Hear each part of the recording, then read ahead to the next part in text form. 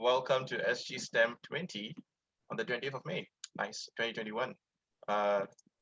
For this week, we have Mel to talk to us about the Green Plan and Singapore's environmental commitments. I was going to say commitments.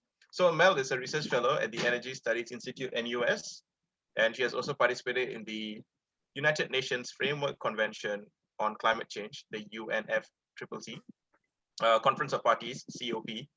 That is what the COP stands for, the Conference of Parties. And she is active in doing sustainability, and she's also the designated contact point for NUS's accreditation to the UNFCCC. And she's part of the steering committee of the Research and Independent Non-Governmental Organization Constituency.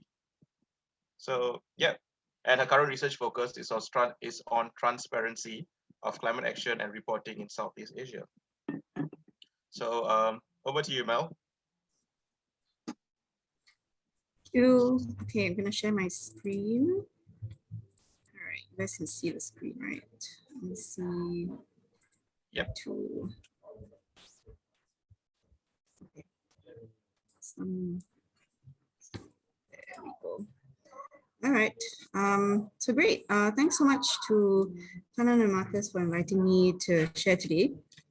So my deck is 25 slides long, and I've been given 15 to 20 minutes to share with you this massive topic of how the Singapore Green Plan supports Singapore's environmental commitments. I hope to be able to get through it in the time that I'm allotted, but if I cannot, then don't worry, we can address it during the Q&A, or you can always get in touch with me. All right, okay, cool. So we'll begin. So this talk is really to unpack Singapore's international commitments. We have commitments under the UN Framework Convention on Climate Change that was agreed in 1992. And under the Paris Agreement, which was agreed in 2015, we also have commitments under the UN 2030 Sustainable Development Agenda. Many of you know this as the Sustainable Development Goals. So how does the Singapore Green Plan fit into all of this, right? So if you've looked at the Green Plan website, which is on the screen, I've also given a link, and don't worry, I can absolutely circulate the slides to you guys later on. It says here that the Green Plan charts ambitious concrete targets over the next 10 years. It strengthens Singapore's commitments. So I asked this question, how exactly does it strengthen our commitments, right? Are we just putting it forward using this narrative, right? So I through this talk, hope to answer that question essentially. And finally, I will end off with what are some of the opportunities and challenges that lie ahead in implementation of not only the Green Plan, but also Singapore's international commitments. So what are Singapore's environmental commitments? We have a number of pledges that are on the table right now. Back in 2009, Singapore actually set up its first target under the UN regime, climate regime. Some of you may remember this as the Copenhagen Summit, COP15, and on the right you can see here Prime Minister Lee Hsien Loong speaking at this conference, right, in Copenhagen. And at the time, we had announced a reduction of greenhouse gas emissions by 16% below business as usual. Now you might ask, what is business as usual? That would be a good question. Business as usual essentially is a policy absent scenario, right? So if Singapore didn't have a single energy efficiency target, regulation or law, nothing to control emissions, that is what our business as usual level of emissions would have been last year in 2020. Okay, so it would be essentially a hockey stick curve going upwards, right? And what Singapore did was essentially to just draw a line 16% below that.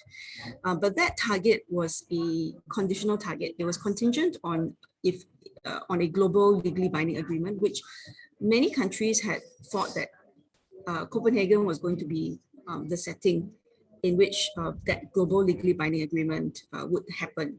That was in 2009. It didn't, and this global legally binding agreement only came about in Paris 6 years later. So from Paris onwards, from 2015 onwards, Singapore graduated from the 7 to 11% unconditional pledge, right, that we made. It's basically a smaller amount that we pledged to reduce by, and we graduated to 16%.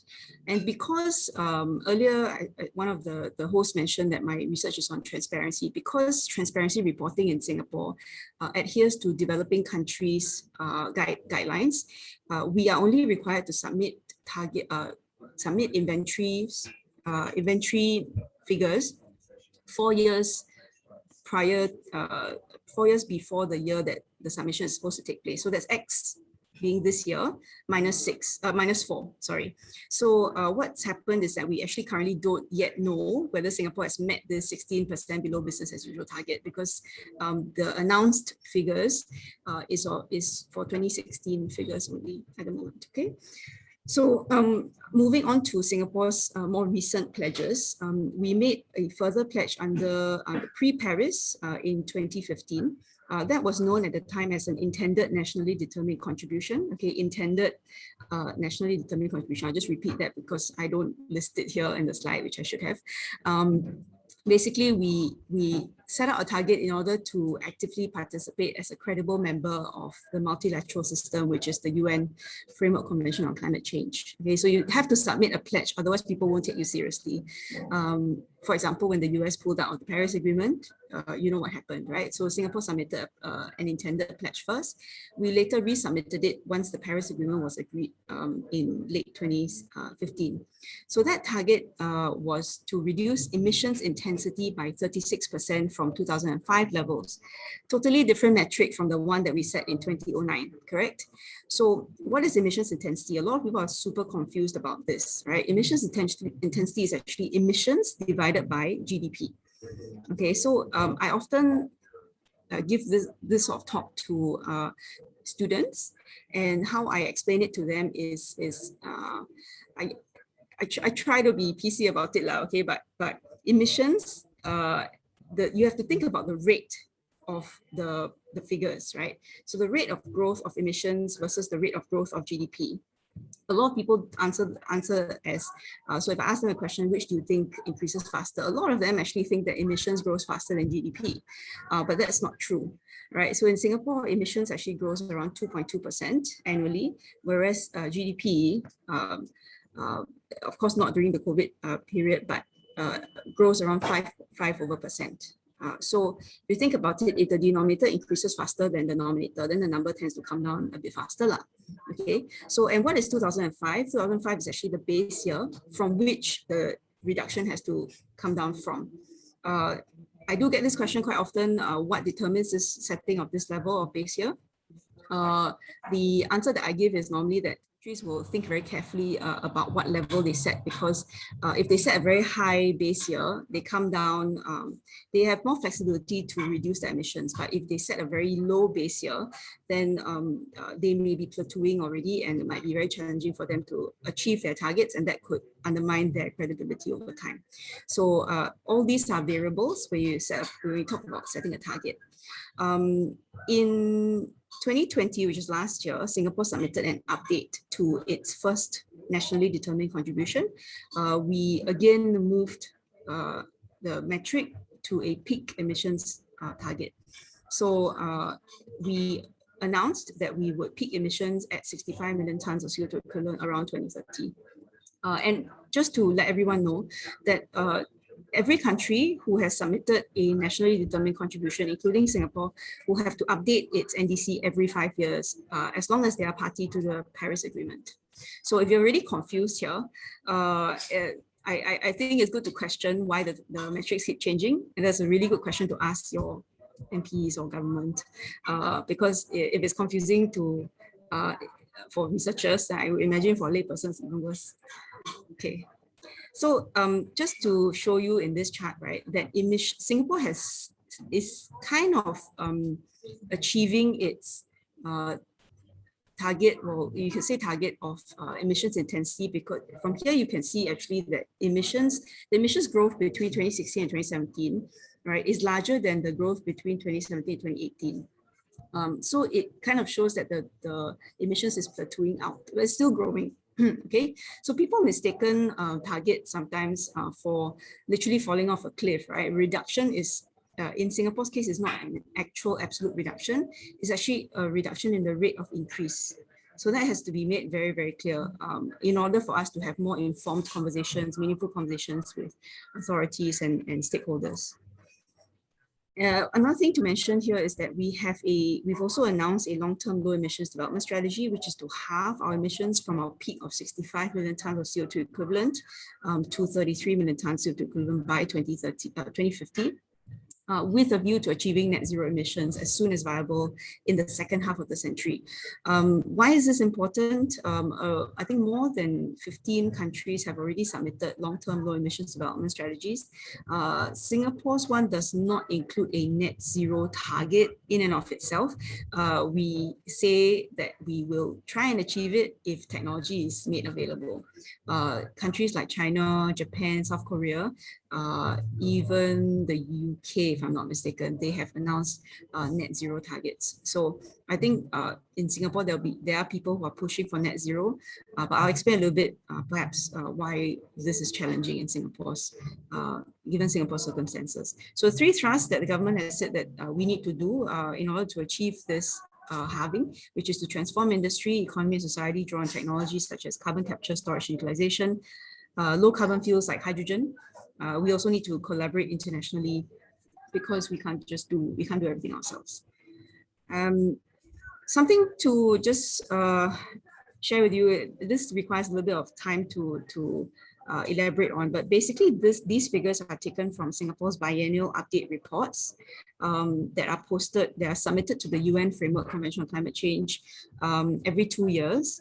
And if you look at the tables at the back of the report, actually the Singapore government does submit abatement numbers. So abatement is essentially what the emissions that have been saved because you have introduced a particular policy or technology, right? So in order to achieve our 16% below business as usual, we have to achieve the figures on the most right column. Okay, so as you can see from the second most right column, we have somewhat fallen short in certain sectors based on 2018 numbers.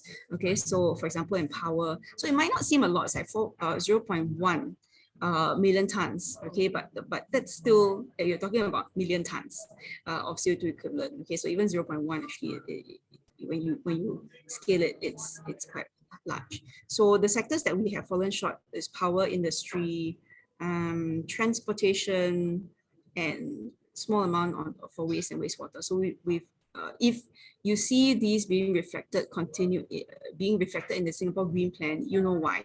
Because the last 10 years, we've tried our best to implement policies, but these policies will still have to continue into the next decade under the Singapore Green Plan because these figures have not quite yet been met. And we have to do more because don't forget, the NDC has to be updated to become more ambitious over time. So if we have already difficulty achieving our 2020 target, we're going to have difficulty achieving our future targets under the Paris Agreement. Okay. Then coming to the SDGs, so as I think all of you or most of you will know, there are 17 Sustainable Development Goals. For the purpose of this talk, I will be focusing primarily, I think, on number 13, which is climate action. I will point out that the Singapore government actually did present 6 of our Sustainable Development Goals. We had them reviewed back in 2018. Minister Masagos and a team of government officials went up to New York to present. There were a lot of countries that were interested in Singapore's water story, of course. So I won't go into detail here, but I'll make mention of the last bullet point, which is the Singapore Department of Statistics has been working with the Inter-Ministerial Committee on SDGs that is co-chaired by the Ministry of Foreign Affairs and Ministry of Sustainability and the Environment. They now have a dedicated web page. I believe I've linked it in the slide deck as well, where you can track the progress of the SDGs, Singapore's progress on the SDGs. So it's a one-stop web page that you can do that. So if any of you are teachers that are teaching the SDGs at the JC level, please use this resource. Okay, so this is the Voluntary National Review report that I mentioned. You can download this VNR report from the MFA website as well. So I don't think a lot of people are aware of these sort of progress reports that Singapore has made over the years. It's 84 pages and 31 agencies collaborated to produce the VNR. And in this report, there's also a progress tracker, but I would refer you to the website because it's more updated. Okay, so just to mention that, yeah, clearly the UNFCCC Paris Agreement is linked with the SDGs, both of course are UN bodies. So just to mention here that if you look at the government website that I mentioned earlier, many of the targets under 13, SDG 13, they refer back to the NDC and LEDS that Singapore submitted already. So this is the website that I mentioned. Okay, moving very quickly to the Green Plan. We only have a few more minutes, but the Green Plan was announced after the climate change motion debate that happened in Parliament on the 1st of February. So that was the first time anyone had heard about this Singapore Green Plan 2030. I would also encourage you to watch the 9-hour-long debate for the first time ever that took place in Parliament of Singapore. Parliament is now streamed live on the MCI website YouTube page. So I strongly encourage you to go and look for the 1st February one. Very interesting. I think there were more than 18 members of Parliament that spoke up about climate change, carbon tax, and so on. And this was the amended motion. So for the first time, Singapore's Parliament acknowledged that climate change is a global emergency. Right. So this is important. So the Green Plan actually was announced on the back of this motion being passed. Details of the Green Plan was released on the 10th of February, just a few days after, with further elaboration at the Committee of Supply joint segment on the 4th of March 2021. So the last few months have just been like waves of information coming out about the Green Plan.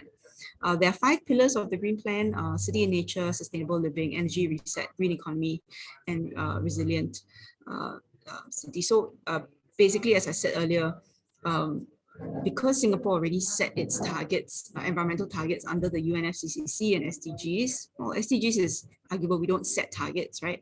But we make progress.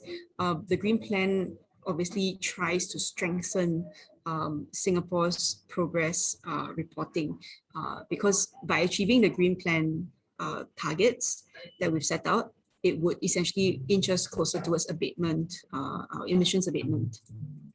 So this is the Green Plan. This infographic is quite interesting and useful. Go on to the Green Plan website and download it. I obviously can't go into detail about, in this short amount of time, but I will just mention that I know that there are groups in Singapore that have mentioned that the Green Plan seems to be a consolidation of plans that have been made before. There may be only about a handful of targets that are new. In terms of the new targets, yes, it's true that only a few targets are new, but it doesn't make things any easier. Some of these targets, the whole point is that they were set in 2000s to be achieved by 2030 because the government already knew that these would be very challenging to achieve because it involves the private sector stakeholders. Okay, so I would encourage you to not just point out the problems of the Green Plan, but actually try and actively work towards helping the government to achieve the targets. I have mentioned this slide here, what are the new targets? Okay, so I'll just go through them very quickly. These new targets are actually many of them are primarily in the electric vehicle sector, transport, and you remember the slide on with the abatement table, right? So that table actually showed you that transport, we were not really meeting our abatement target in 2020. EVs is really interesting because electric vehicles were actually essentially could be plugged in to be charged, and Singapore still derives most of its power by fossil fuels.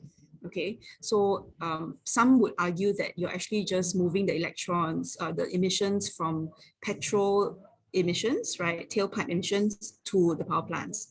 Now, that actually kind of makes sense in Singapore because if we want to bring on board carbon capture, storage, and utilization from in terms of a mechanical technology angle, right? So you capture the carbon coming out of the chimneys, the stacks, then by moving transport emissions to the power plants, it actually makes carbon capture and storage more cost efficient to capture because more emissions are going to come out than before, right? And if you look at cases around the world, actually, CCSU is used more in coal-fired power plants because it's more carbon intensive. And natural gas, which is what we use, is not as carbon intensive. So this could be one of the reasons why Singapore is pushing so strongly on electric vehicles and making ourselves EV ready. And in order to do that, we actually did a bunch of things like raising petrol duty and all that. I know there are other concerns around climate justice and just transition, but we can address that in the Q&A if necessary.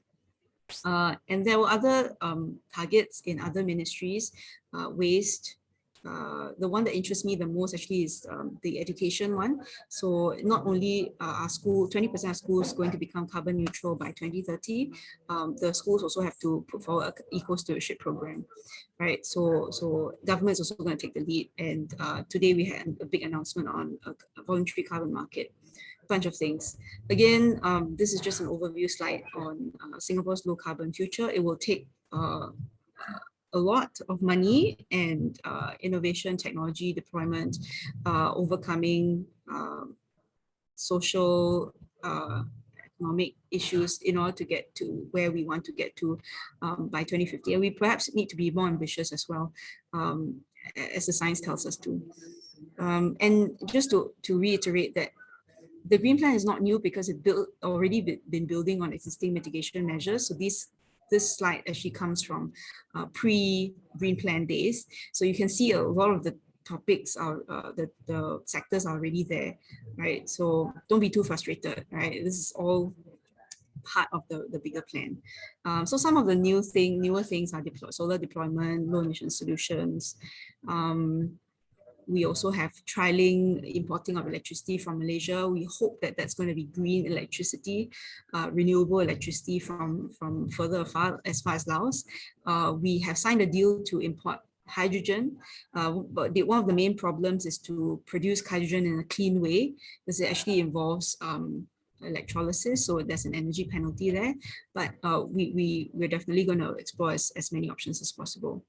So last couple of slides, Singapore there are a lot of opportunities clearly, right? But there are also a lot of challenges because, as you know, the Green Plan encompasses so many issues. There are over 5 ministries involved, and each one of them will have to not only fulfill their own targets, but have to work across ministries. And this is also one of the reasons why the Ministry of Environment and Water Resources rebranded itself and became the Ministry of Sustainability and the Environment, hopefully giving them a better hold on coordination among other ministries. All right, so just to mention that change in Singapore.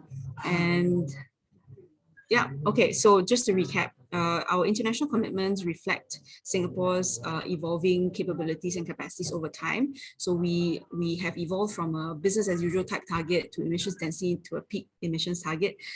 Somehow it does take a bit of time to evaluate, but it does reflect some nuance in our national circumstances. We've made progress towards our 2020 climate target, but moving forward, we're going to have to face further challenges because those targets under the Paris Agreement will have to be updated every 5 years.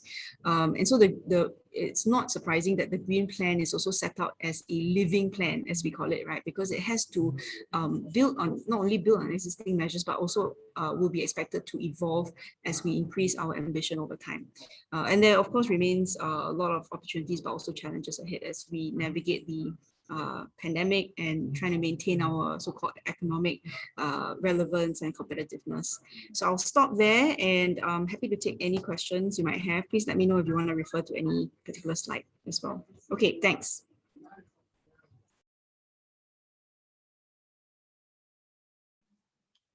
Awesome. Thank you for the slides and presentation, Mel. That was very enlightening, and I definitely learned a lot more from the slides. Let me quickly go through and see whether I have any questions here. If anyone has got questions, you can pop in. I have a question now. Hi, Audrey. Yes. My question is, which part of the Green Plan are you most excited by and why? Oh, it's the easy one. The education one is very exciting to me. Not least because it is one of the newer targets, right? So I mentioned that schools, 20% of them will have to go carbon neutral by 2030, and there's going to be a rollout of an eco stewardship program. And Trisha, who's on this call, wrote an excellent commentary about climate education in Singapore. And to me, I think we have a lot to do by way of climate education. It has to go beyond thinking about classroom delivery of syllabus. So I don't know if Trisha wants to say hi and mention anything about climate education. Sorry to put you on the spot. It's quite all right, Mel. I'm so sorry I can't turn on my video because I have lots of things happening in the background. I live in a village, yeah, lots of family members. Do I want to say anything? I think that the education infrastructure that has to be put into place is something that I think Mel and I spoke about this, and we also said this was probably the low-hanging fruit, but the ESP itself is very exciting, but will also require quite a big rethink of the way that we organize our curriculum and the ways in which teachers and students actually approach learning about sustainability. I think there will have to be a move towards much more interdisciplinary work, as well as work that involves leveraging on community partnerships. How exactly this is going to be done is a big question mark. I don't think anyone has figured that out yet. And right now within education, what will probably happen is that different schools will be trying different things. And over time, perhaps certain best practices will emerge. So I'm quite excited to study this, and I look forward to working with schools. Some schools have already contacted me to express interest in developing their applied learning program. So let's see what happens. Yeah. Thanks, Mel. Thanks, Trisha. And thanks, Audrey, for the question. Okay, maybe I have a follow-up. Since I don't see any Q&A in the chat. I know most of the audience here are from the biodiversity community. So how do you think we can, link climate change to nature and include that in the outreach? I don't know, maybe Trisha can weigh in also. Maybe Claire can weigh in. Oh yeah, Claire. Actually, that's what Sukhwan and I have been talking about a lot, right?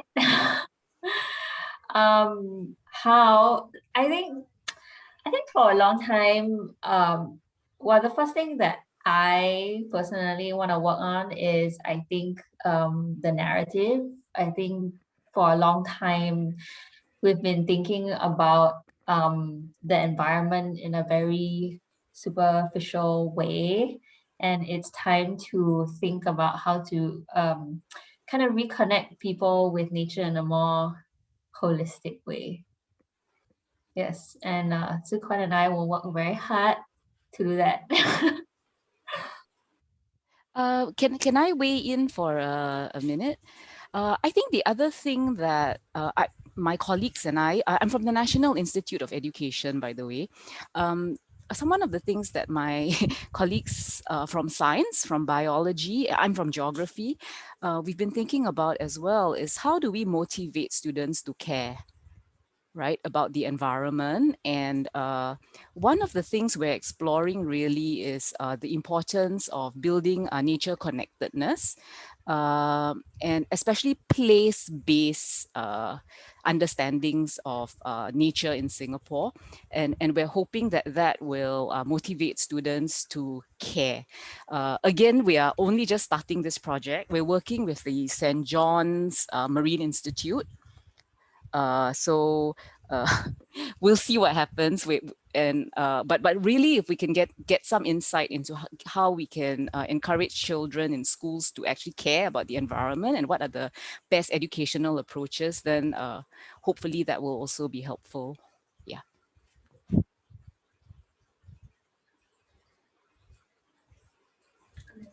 Does anybody else have a question? And it was too much, Yes. right? I've got one. Oh wait, Claire? Yeah, so now, right? So the ASEAN countries that didn't update their NDCs, what happens? Nothing happens. So they just get away scot-free. Yeah. So the thing about the pandemic, right, it has actually thrown everyone off course.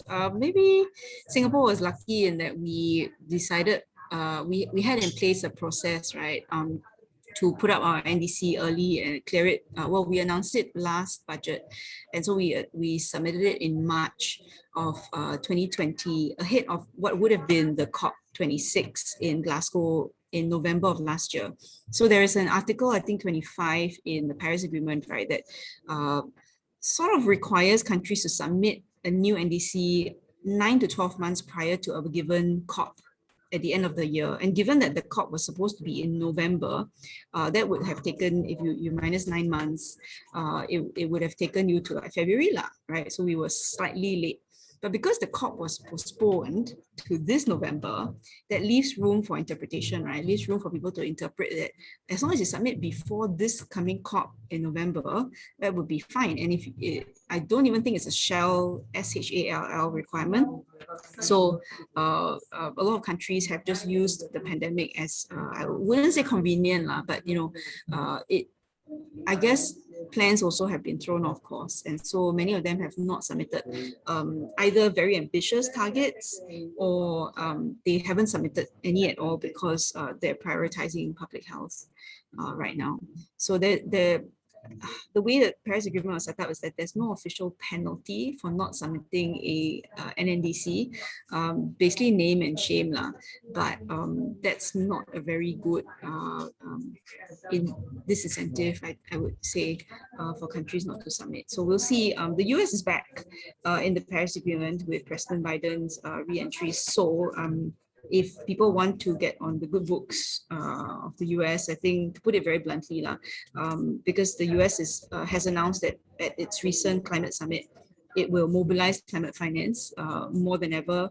So if people want to get bilateral or multilateral financial support from the US, then perhaps an updated, more ambitious NDC might be required.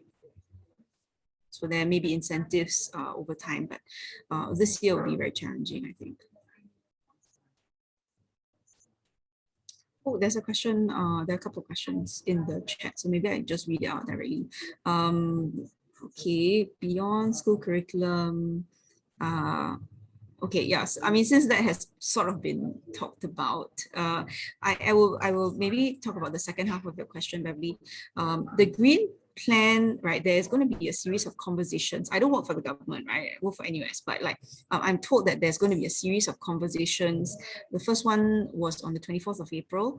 The way that the Ministry of Sustainability and Environment, MSC, had rolled it out, they had half of the attendees who were advocates like myself, people who knew the green plan, who could speak to some of the targets, and the other half were members of the public. So it was a very interesting conversation during the breakout rooms because we were sort of educating each other about our respective viewpoints. And some people were really concerned about the price hikes, the petrol duty price hikes. Some people were very concerned about bicycle lanes. And then some of us like, oh, we just want to talk about policies that address the biggest emitters, but there's a range of concerns with regard to the green plan. So I think give it some time. I think the government will be rolling out a little bit more series of conversations moving forward. What is the best way in which, Sinwei asked this question, what is the best way in which an individual can do to contribute? Well, so cliche, but just be informed and ask. Don't be afraid to ask questions. I mean, needless to say, all the BYO and your individual actions do count, but systemic change is also just as important, or if not more important. So emissions are not going to come down if we still use the same amount of electricity, we still demand the same kinds of conveniences as we do. As we have always, and over time, these have grown as we became more affluent as a society as well. So we've got to learn, I think, as a society to need less, want less, and to ensure that we're not living at the expense of future or even current generation of people. Yeah. So cliche, I know, but it seems to me the best answer I can give. Anybody else had questions? I know you might have to move to trivia very soon.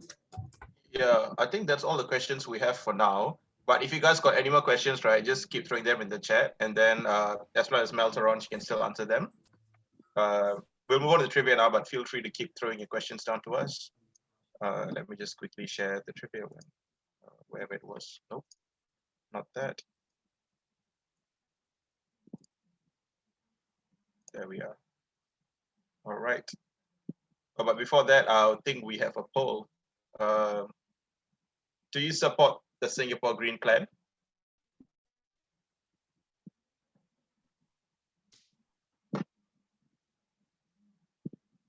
The poll is anonymous. We will not hunt you down if you give like wrong answers. Oh, Mel, there's a very interesting question in the chat. Yeah, there is. From Chiu Ting. Okay lah. I know this is recorded, so how do I put this across?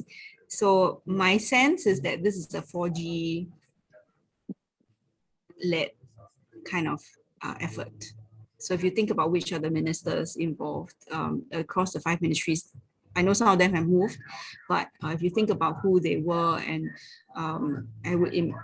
to me, that kind of signifies that the 4G is leading this new decade of environmental efforts. NCCS plays a very important role, but they are doing a coordination role.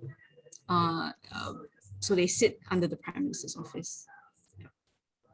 It is significant.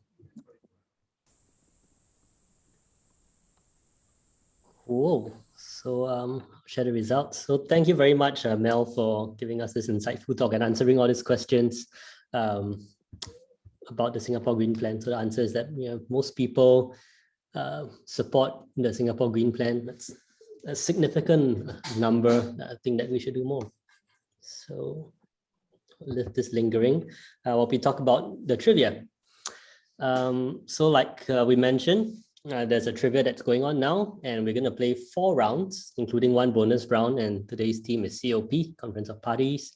And please update the live Google Sheet. If you are playing, you can play solo, or you can play collaborate and play as a team. And so please put in your team name, followed by your preferred beneficiary on the live Google Sheet. I see 2 teams have entered their names and beneficiary now. Just fill it up on the Google Sheet. And what we're going to do is that we're going to go through all the questions first. Please write down your answer on a piece of paper, or you could type it out on your phone or word processor. At the end, just send us a photo of your answers or email it to us. This is just for checking your answers. And then we would review the results, and you would mark it out as well. Oh, I see the screen disappeared. Yeah, because I had that weird red thing and I didn't know how to get rid of it. So yeah. Oh, okay, yeah. So we're gonna quickly move into the trivia. I see SSW, the RBL, Claire and Zhe, and so please fill in your team names. We can go along. Does anyone know how to get rid of this red circle? I think it doesn't matter. Excellent. I don't know what I clicked, right? We won't get rid of it. It's fine. Now I'm just going to follow it around. Okay, excellent. Let's go. So for the first one, as you guys know, now we have questions from the speakers themselves. So the first 3 questions are courtesy of Mel. So if you want to contest the answers later, you certainly can. So hey, before we start, we must tell them what COP stands for. Oh, right, yeah. I mentioned it earlier, but yeah, if you guys want to know again, COP stands for Conference of Parties. It's the United Nations climate talks that happen at the end of every year, and we chose it, or I chose it, because Mel is a long-time observer of COP conferences. So Mel, tell everybody how many conferences have you attended? Okay, I wouldn't say that. Yeah. Oh no, I've been going since 2009. I think I missed a couple, Cancun and Warsaw. So yeah, do the math. So is it right to say that during these conferences, all the countries and their negotiators come together and tell each other what they are planning to do for the global climate and see whether other countries are willing to? Something like same. that lah. It's a lot of positioning. Usually the delegations are led by, at least some of the positioning is led by the Ministry of Foreign Affairs or equivalent. So climate change is a foreign policy issue for most countries, and a lot of times it's about protecting your interests as much as it is about promoting environmental ambition.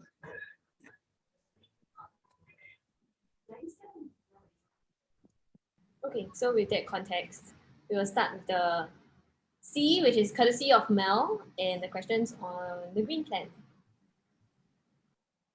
So for question 1, it is, who chairs Singapore's Inter-Ministerial Committee on Climate Change? Who chairs Singapore's Inter-Ministerial Committee on Climate Change? Is it A, Prime Minister Lee Hsien Loong?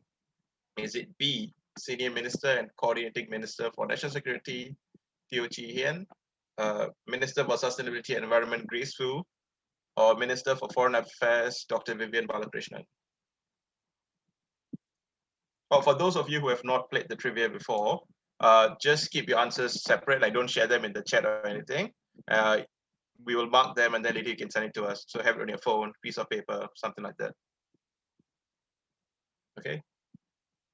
Awesome, moving on. If the questions are too fast, do let me know and I will go back to the previous slide. So Mel mentioned NDC a few times. I hope you guys are paying attention. So what does NDC stand for? Is it A, non-designated country, B, nationally determined contributions, C, notification of, and D, national data center?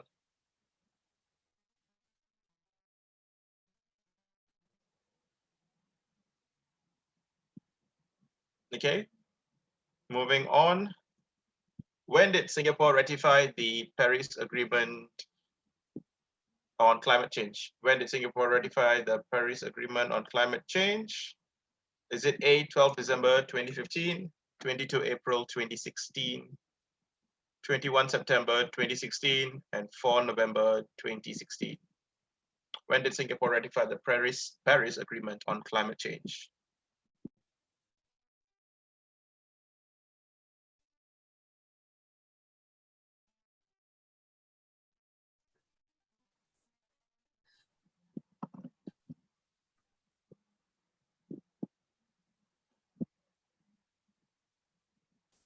All right, moving on.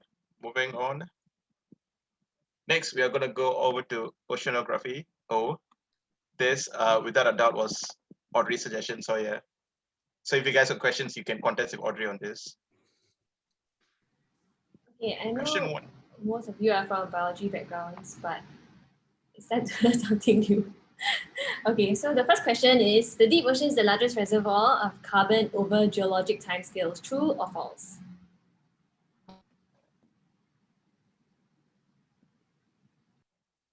If you get it wrong, you will sleep with the fishes.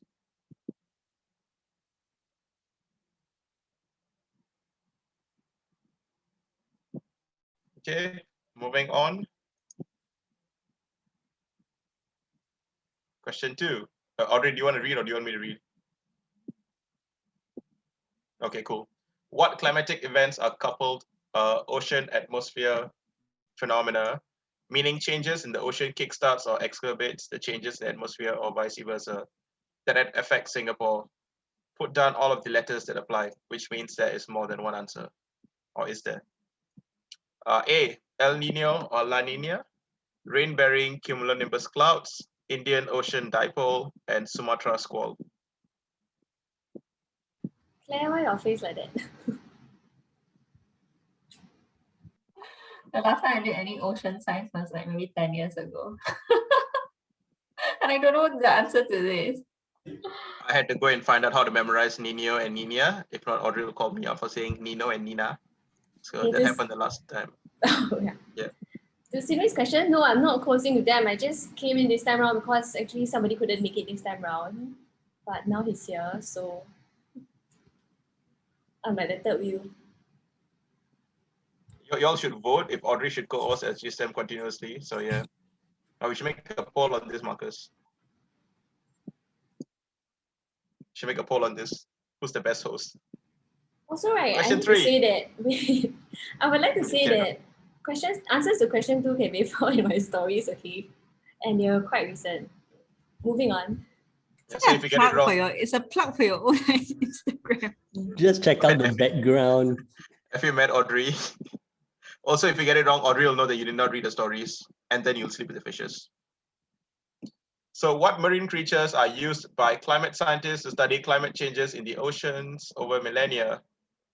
A, hard coral skeletons, B, whale bones, C, foraminifera, and D, all of the above. A, hard coral skeletons, B, whale bones, C, foraminifera, D, all of the above. Now imagine an ocean scientist would probably look like that, an otter in a lab coat.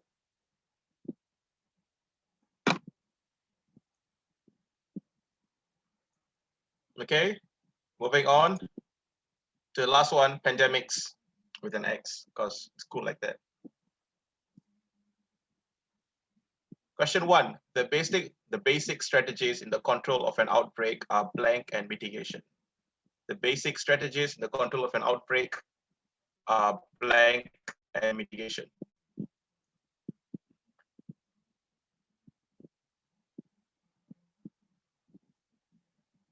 If you guys get like a close one, we can talk about it later.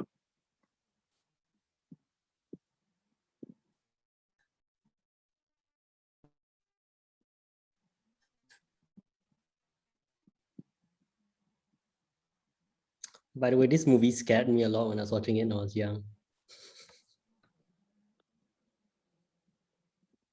It's like doomsday. I think there are a lot of pandemic-related movies on Netflix and like other platforms now. So yeah, you guys will see them. There's a lot more coming up because that's all the posters I use. To be classed as a pandemic, a disease or condition has to be blank. Put down all of the letters that apply. To be classed as a pandemic, a disease or condition has to be blank. Put down all the letters that apply. A, international. B, contagious. C, fatal. D, having infection rates above 25%. International, contagious, fatal, or having infection rates above 25%.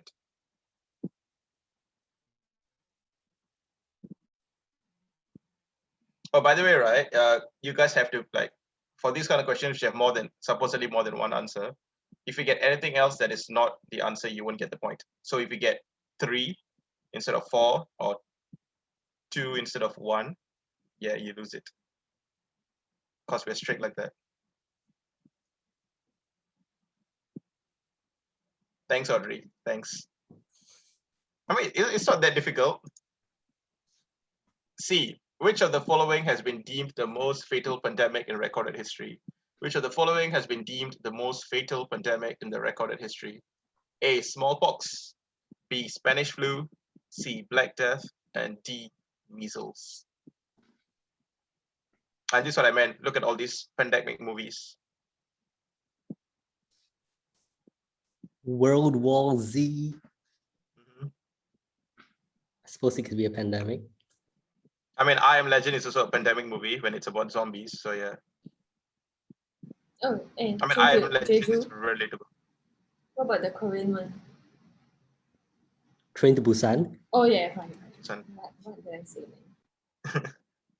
Aren't they making like a sequel to it now? There is already a sequel. It's not as good as the original. I'm a zombie movie connoisseur. Sanka just went train to Bishan. I mean, Bishan is not as bad as Ishun though. Have you been to Ishun, my friend? All the Ishun people just gonna hate me now. Okay, moving on. Okay, now we will be marking the answers. So if you guys want me to go through any of the questions, this is your time. We will answers, and then we'll move on to the next part. Yeah, cool. I don't see anyone screaming in the chat other than asking to cancel me. So courtesy of Mel questions, answers even. The Singapore Inter-Ministerial Committee on Climate Change is chaired by Senior Minister and Coordinating Minister for National Security, Teo Chee Hian. I think this was mentioned in the talk.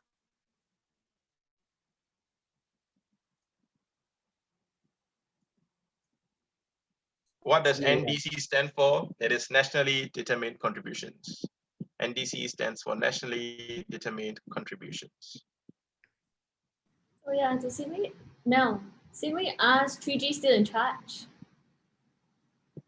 Yeah, in part because the Prime Minister's office is still in charge of the NCCS, and yeah, I guess because he's the coordinating minister for national security, and climate change is a national security issue.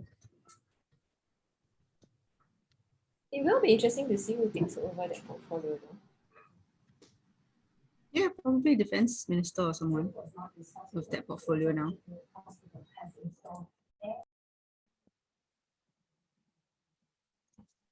Okay, question 3. When did Singapore ratify the Paris Agreement on Climate Change? It was on 21st September 2016. 21st Claire, September. did you get it right? No. How can you not? Is this a trick question? I quit already lah. Only 2 groups playing, right? So I think either one will win. It's not a trick question. We signed it on the 22nd of April. We ratified it on the, okay lah, it's kind of a trick question. It is a trick question. Yeah, but the question does say ratify, so not signed. Details. Yep. That's why this is trivia. False. The deep ocean is not the largest reservoir of carbon over geological timescales. Please stand by while Audrey gives a lecture on what is. Okay. So I did a lot of research just for this one question. And I also fact checked it with Winston Chow. So there are many, every time we talk about things like forests and all that, these are like from the biome, right? But they actually don't have a lot, they don't store a lot of carbon. Most of our carbon actually comes from rocks. So when you talk about volcanic eruptions releasing carbon into the atmosphere, that's when you release carbon from the rocks into the atmosphere. And when you talk about the rocks capturing or soaking up the carbon, that's through a process called chemical weathering. But that's why the question states geologic timescales, because these refer to like centuries, thousands and thousands of years that you don't really see over a long term. When you talk about shorter time spans, maybe in the span of hundreds of years, the deep ocean is actually the largest reservoir of carbon. So yeah, this is trivia, so we all learn something new, but this is very interesting. Right?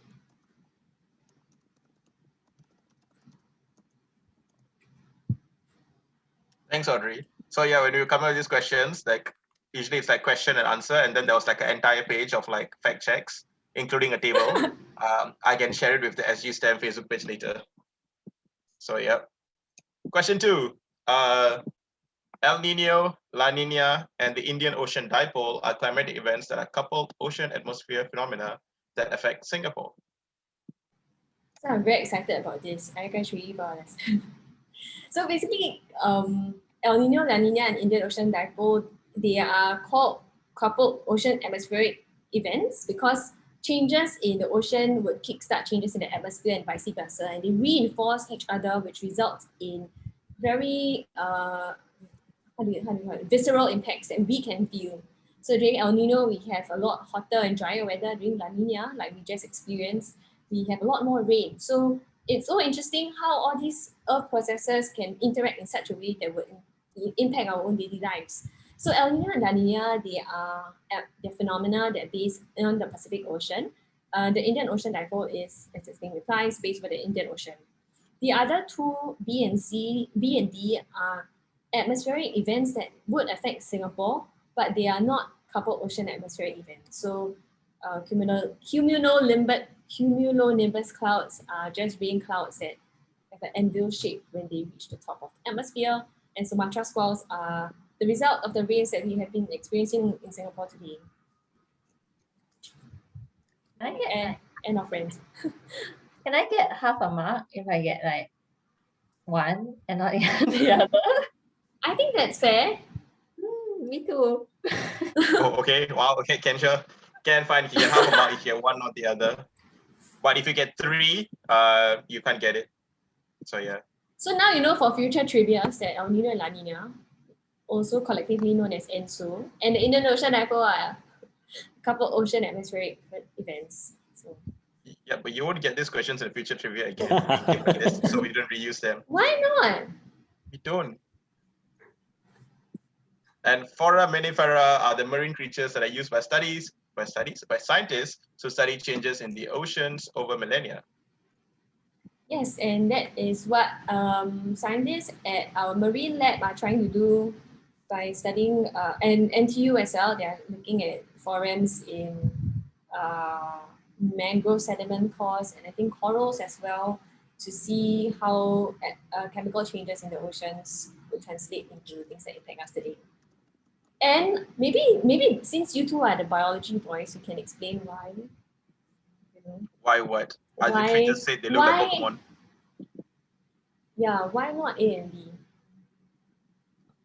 Because whale bones, because you say millennia, whale bones will not be millennia old unless you're going to look at fossilized whale bones, but then they are quite rare. I think same thing goes for hard coral skeletons as well. And also hard coral skeletons will get damaged over time. So yeah, these two cannot fit under millennia unless you're looking at fossils. Yeah, and hard coral skeletons in the tropics, they register changes over the shorter term. So not really over millennia, but maybe decadal changes. And Claire, for foraminifera, they are like marine creatures that have shells. They are like what shell? What do you call it? What is the Pokemon? that has Overnight a and shell? almost Like a. Anyway, they are tiny and microscopic. Oh, Yeah. I can share with you this. Not necessarily photo. microscopic. So, well, they're all single-celled organisms, but the largest one you can actually see with your eye. But most of the time you require a microscope. So actually, if you go to any beach in Singapore, you take the sand, you put it under the microscope, there's a chance that you might see this interesting shapes that are actually foraminifera. Yeah, okay, trust the I biology. think there's also a couple of them on Pinterest. Because when I was looking at pictures, I came across like a few like tasteful foraminifera pictures on Pinterest. So yeah. Also, wow, Audrey, asking me the questions. This is the first time someone's asked me a question when I'm running trivia. Nice. All right, moving on to pandemics. Containment and mitigation are the basic strategies in the control of an outbreak. Containment and mitigation.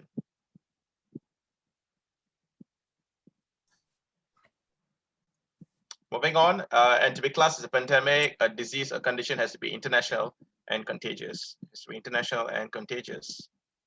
If you get A or B, I'll give you half a buck, but if you get any other mix, you will not get the marks.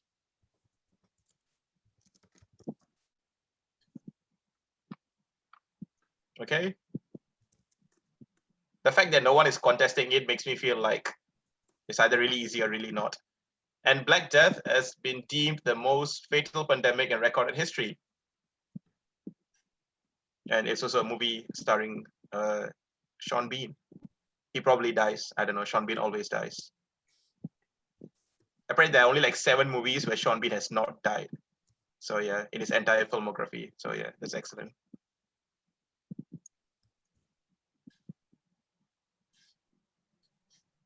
Sunny wants to know AC gets half the mark. AC for the previous one? AC. No. If you get just A or B, you can give you half a mark. But if you get a combo, nah, I'm sorry. Okay, moving on. Bonus round. So this is where I come in to explain the bonus round again. So please tally up your scores and put them on the live Google Sheet. I see there are 4 teams now. The Google Sheet allows you to calculate the total as well. There is a formula there. And then you will find out what your total point is. And the bonus round actually allows you to catch up or to get ahead of everyone else by answering the bonus question correct. So what happens is that you wager your points in this round. You can wager from 0 point to total number of points you have. And what happens is that if you get the bonus question correct, you get the number of wager points added to your total points. So if you've got 2 points and you get a bonus question correct, you get 2 + 2 = 4 points. But if you get the bonus question wrong, you minus your wager from your total points. So 2 - 2 becomes 0, right? So stakes are high. Please enter your wagers now. Also, remember, you can only Right. wager what you have. You can't just go ahead and wager like 100 points and try to get it back. Right, Audrey?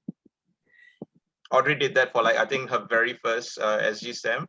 She decided to just wager like 100 points.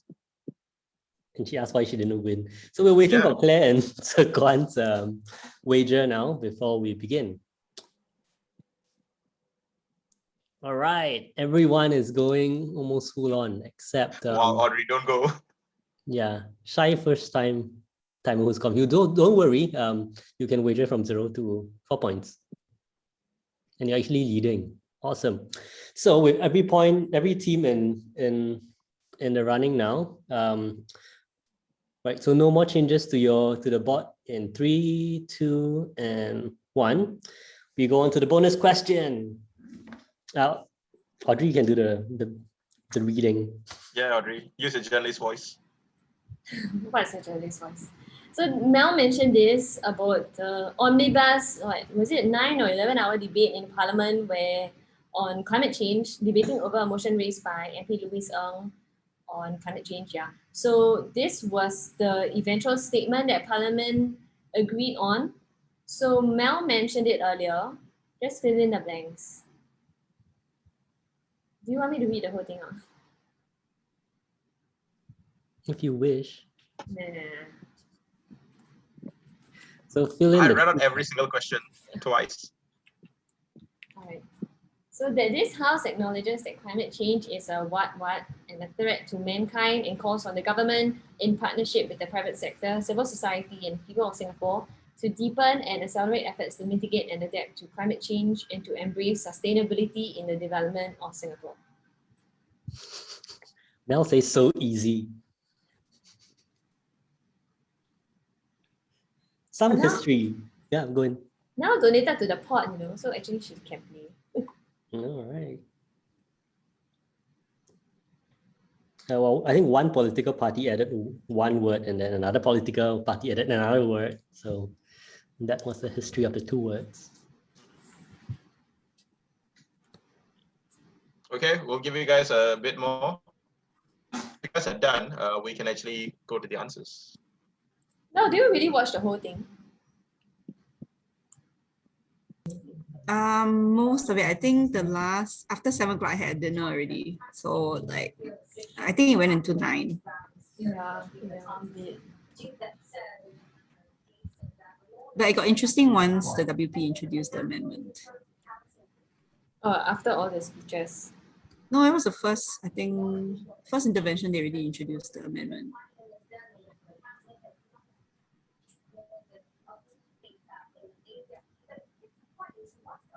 Marcus, you're muted, Marcus. All right, let's review the answer for the bonus question. All right, Audrey, get ready to read. Okay, the answer is that it's a global emergency.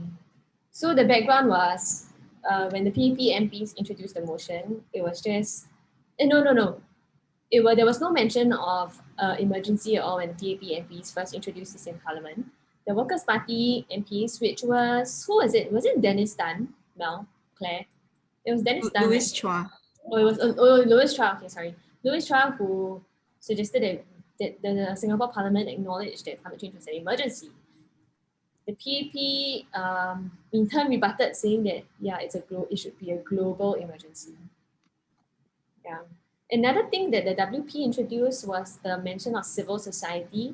So I think in the original motion there was no mention of civil society, but they said that this is an important group of society that in Singapore that should be consulted, and that I think that was not contested.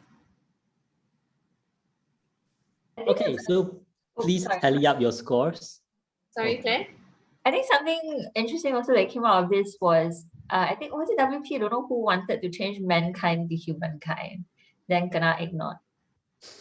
Oh, wait, I don't remember this. Yeah, I think it was towards the end and everyone was very tired already and just wanted to go home. No, So I everyone think was like, not oh, Is it whatever. gender neutral, is it? Yeah. Yeah. Probably, yeah. Okay, so we have two groups are waiting for your total scores. Claire and Tequan, as well as Shy, first timer who's confused. The wager didn't work out so well for a couple of groups. Yep. So do fill it up and then we can announce the unofficial winner. Yep. And you guys can send a photo or text of your answers to sgstem.talktrivia@gmail.com. Yeah, so Shy first timer asked, what am I supposed to do? So if you got the bonus question correct, Shy first timer, you add 4 plus 1. But if you got it wrong, then it's 4 minus 1. So it's either 5 points or, oh, awesome. Well done. And Claire and Tequan, you don't multiply, you add. Huh? I added what? No. No, you put 3 plus 3 equals 9. Oh, so then what do I do? 6. No. It's 6, right? 3 plus 3 is 6. Oh, 6, sorry. Hey, not bad. Okay, so our unofficial winner, numbers won. So it's Claire and Tequan.